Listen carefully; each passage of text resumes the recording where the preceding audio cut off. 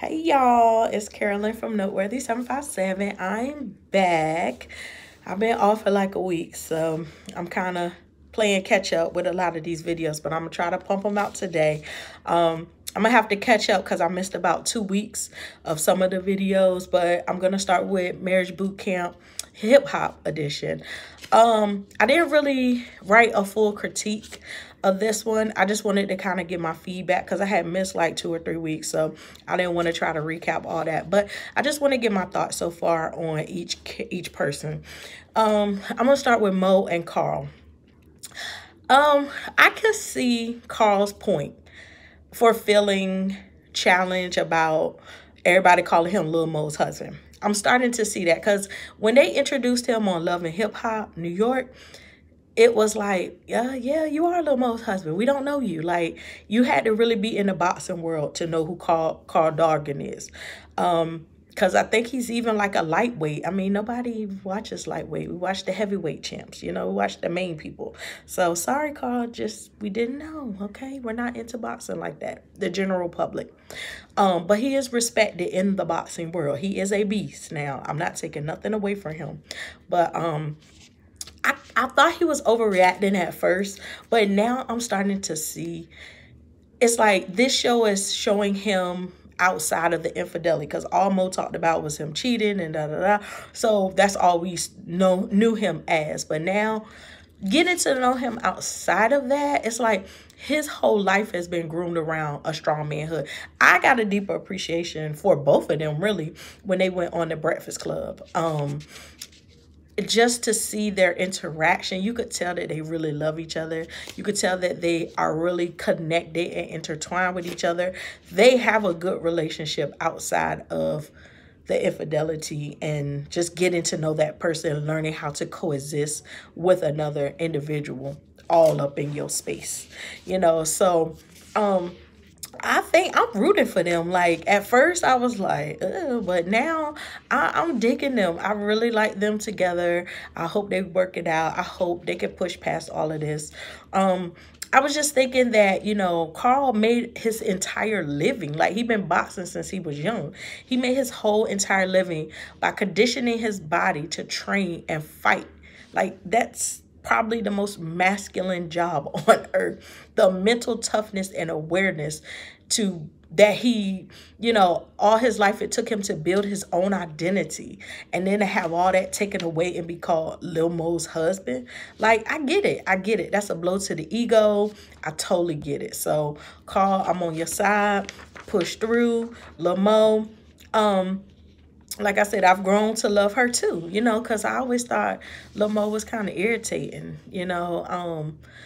But like I said, that breakfast interview that they did, like, really put them in perspective for me. So I think Mo is just like all other women, like, she wants to be loved but not be a fool for love, It's a difference. So after being in repeated infidelity, it's hard to fully trust that person again and to restore that person. That is difficult. I get it. But it causes you to act out of character. It causes you to just be tripping all the time, as they say. And it's like it's a rippling effect, So but you could tell, I'm telling y'all, if you haven't listened, go listen to that Breakfast Club interview. You could tell that they really have roots, I mean, I think the number one thing that they both have in common is that they don't want to get divorced. And that's like half the battle right there. If both of y'all take divorce off the table and say, we're going to fight through it regardless, like, it's going to get ugly. We're going to have to change. We're going to have to give up something. We're going to have to compromise and whatever. But I know for Mo, from her point of view, and I think Carl the same way, I think divorce is off the table. So I think they're going to make it. They're going to work it out. Sean. Let's go to Sean and Dime. Sean. I think Sean just has cold feet. I think Sean has got to this place where he's like, oh my God, I can't believe it. Like, you know, things can really happen so fast. When you get in a new relationship, you find the love of your life, they get pregnant. From the man point of view, the woman gets pregnant. Y'all had this beautiful baby. You're living together. You're paying bills together. You're planning a future together. Then you got to get married on top of that. I think it overwhelmed Sean, and I think he got to a point where he like, whoa, wait a minute, this is moving too fast. Like, this is real now. Like, we about to get married for real. Like, this is real. I think that just hit him and he got cold feet. So he just drew for straws and pulled a reason to put pause on. Oh, she get up. Come on, Sean, for real. You know exactly what Dom was. Y'all didn't just get together. Y'all had known each other for a while. So you knew what Dom was fully. Y'all were friends. You know, y'all said this on Love and Hip Hop. Y'all were friends for a long time. Y'all didn't even, you know, how y'all got together and started dating. It was like, well, we had already known each other for so long. And y'all had tried it before, if I remember correctly. Y'all tried it before. So you know exactly what Dime was. So why was it okay to date her and have a baby? Now it's time to get married. She ghetto. No, I'm not buying that, Sean. Don't do it. Don't do Dime. Don't do Dime, Sean. I like Dime. So, you know, and I'm even gonna pour the tea on Sean that I found. So I did a little research, and you know, I ain't gonna do it, but let's just say Sean don't have a squeaky clean record. Okay, so with that being said, I don't think it's fair for him to throw in Dime's face that she's ratchet or she's ghetto, because y'all both came from the hood in Memphis. So you're familiar with this lifestyle. It's not like you grew up in a affluent community and now you ran into this ex-stripper turned rapper and you done got her pregnant. Like, no, Sean, you know exactly what it is. Come on now. Get over it. Get over the cold feet. Talk to somebody who's been married for a while so they can, another older man who can guide you and give you that pep talk. And we want to see a wedding special. Let's call Mona. Dime, let's get it done. We want to see this. So I'm with Dime. Like, I like Dime music. I follow Dime. Dime go hard now. She does go hard. Dime is the type, like, she don't bother nobody. But if you come over here, it will be handled and finished and completed, and you will return different than when you came. That's Dime piece in a nutshell. So she gonna go on you now. But I like Dime and Sean together. You know, I hope they work it out. I think Sean is just playing. Not playing, but I think, like I said, I think he got cold feet. Let's talk about Walker and Tammy. I like Walker and Tammy. I like everybody. Well, it's two I don't like, so we're going to save them fools for the end. But I do like Walker and Tammy. You know, Tammy from Norfolk. Ooh, go Norfolk, go Norfolk. Tammy's from here, from where I'm from.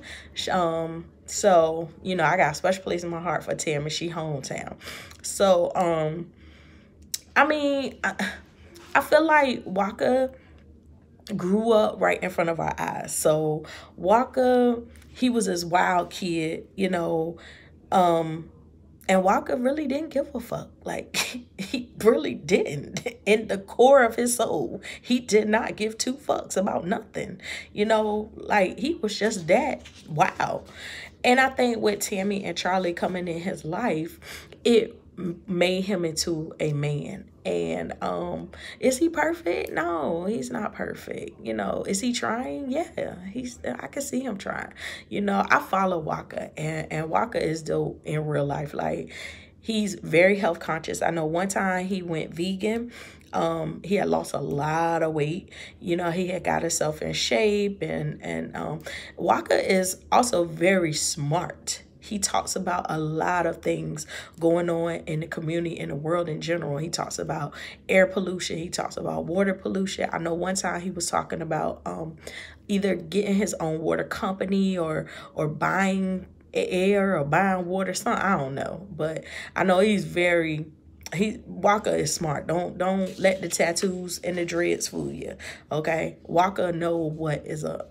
And I think that you know, Walker just gonna have to learn how not to put himself in those situations. He's gonna have to learn how to be a rapper and be a husband. And I think that's the struggle that he's going through now. He wants to be both, but one has to outweigh the other. And I think that's what he's going through to define himself. Like, I don't want to lose Waka, but I don't want to lose Tammy and Charlie either. And I think he's trying to find that balance, because Waka is a real nigga now. Like, for lack of better words, he is as real as they come. So, you know, you're handsome, you're rich, you're a real nigga, you attract thoughts, you attract bums. That's the polar opposite. You know, opposites attract. So he just got to put his real nigga radar on and be able to read for what it is, and, you know, be able to see coming from a distance. Like, this person trying to get me caught up, I'm going the other way. So Tammy, like I said, I'm rooting for Tammy. I think Tammy gets a breakthrough on this show, because I don't think Tammy realized that she is the reason for a lot of their arguing. I think Waka wants to move on, but Tammy keeps throwing it up in his face, and, you know, just the rah-rah of it. And I don't think she realizes that. I think she thinks that that's just her being passionate, but she don't realize that it don't come across as passion. It comes across as argumentative. It comes across as aggression. It comes across as being one to fight, you know. So they have to learn that language of love between themselves, you know. So, but I think, well, we know that they're gonna make it, because they just renewed their vows. I think it's 5 years. They just renewed their vows. They show pictures on Instagram. So apparently the show helped them learn how to communicate with each other better. So real quick, let me get on Soldier and Nia. Let me say this. Nia, I know you've heard this 100 times, that you are too beautiful to settle for the likes of Soldier. But the truth of the matter is, you are too beautiful and too smart and too valuable, and you have too much worth to settle for the likes of Soldier. And that's just bottom line. I think Nia is in a place where she doesn't want to leave familiarity. She knows exactly what she's going to get out of Soldier. And although it frustrates her, she would rather deal with that. You know, it's a song that say, I'd rather be, Jacquees, I'd rather be with you and all your bullshit. You know, and that's how some people live in relationships. Like, they know it's wrong, and they know it's a hole, and they know it's negative, and they know it's not what a relationship should be. But because they know what they get, and they stay.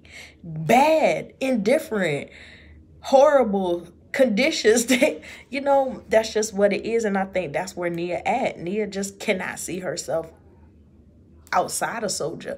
But that's also the beautiful thing of it, Nia, is that you could be a whole nother person. You could be, look at Sierra. You know, look at Sierra and Future. When she was with Future, she wasn't as deep as you are. But, you know, that was negativity. That's not who Sierra was. She built her whole brand on being a good girl, you know. And then to get involved with Future, yeah, it was the opposites attract effect. But look at what she is now. She's beautiful. She's happy. She has beautiful kids, a wonderful husband, a beautiful life. Like, that's the goal, you know? And I think if Nia can get outside of that, then she can get herself to be something better, because Soldier's not going to change. He doesn't have to. He can be who he is, what he is, and he's still going to get everything he wants. He doesn't have to change. He was born, not born into this, but from a young age, you know, he came up as Soldier, and that's what he's going to be until one day it clicks for him. But you're not the one to make it click, and you're trying to make it your responsibility to make it click for him, and that's never going to happen, because that's not how life works. So real quick, let me wrap up Fizz and Tiffany. Bogus. I don't know why they're together. I don't know why they're on the show. Tiffany was messing with AD, who is Moniece's ex-girlfriend, who Moniece is Fizz's baby mama, ex-girlfriend, and that's just a whole nother mess. And I think Tiffany really thought that Fizz was going to I think she used Fizz in the beginning to make Moniece mad, but then she saw opportunity and she thought it would turn out into something good. And Fizz just, he's mentally not there. I mean, Fizz is high all the time, you know, so Fizz has some soul searching to do in himself before he could even attempt to be with somebody else. And Tiffany, you're not it. So this is my wrap up. I wanted to stay under 15 minutes. Thank y'all for watching and see you later.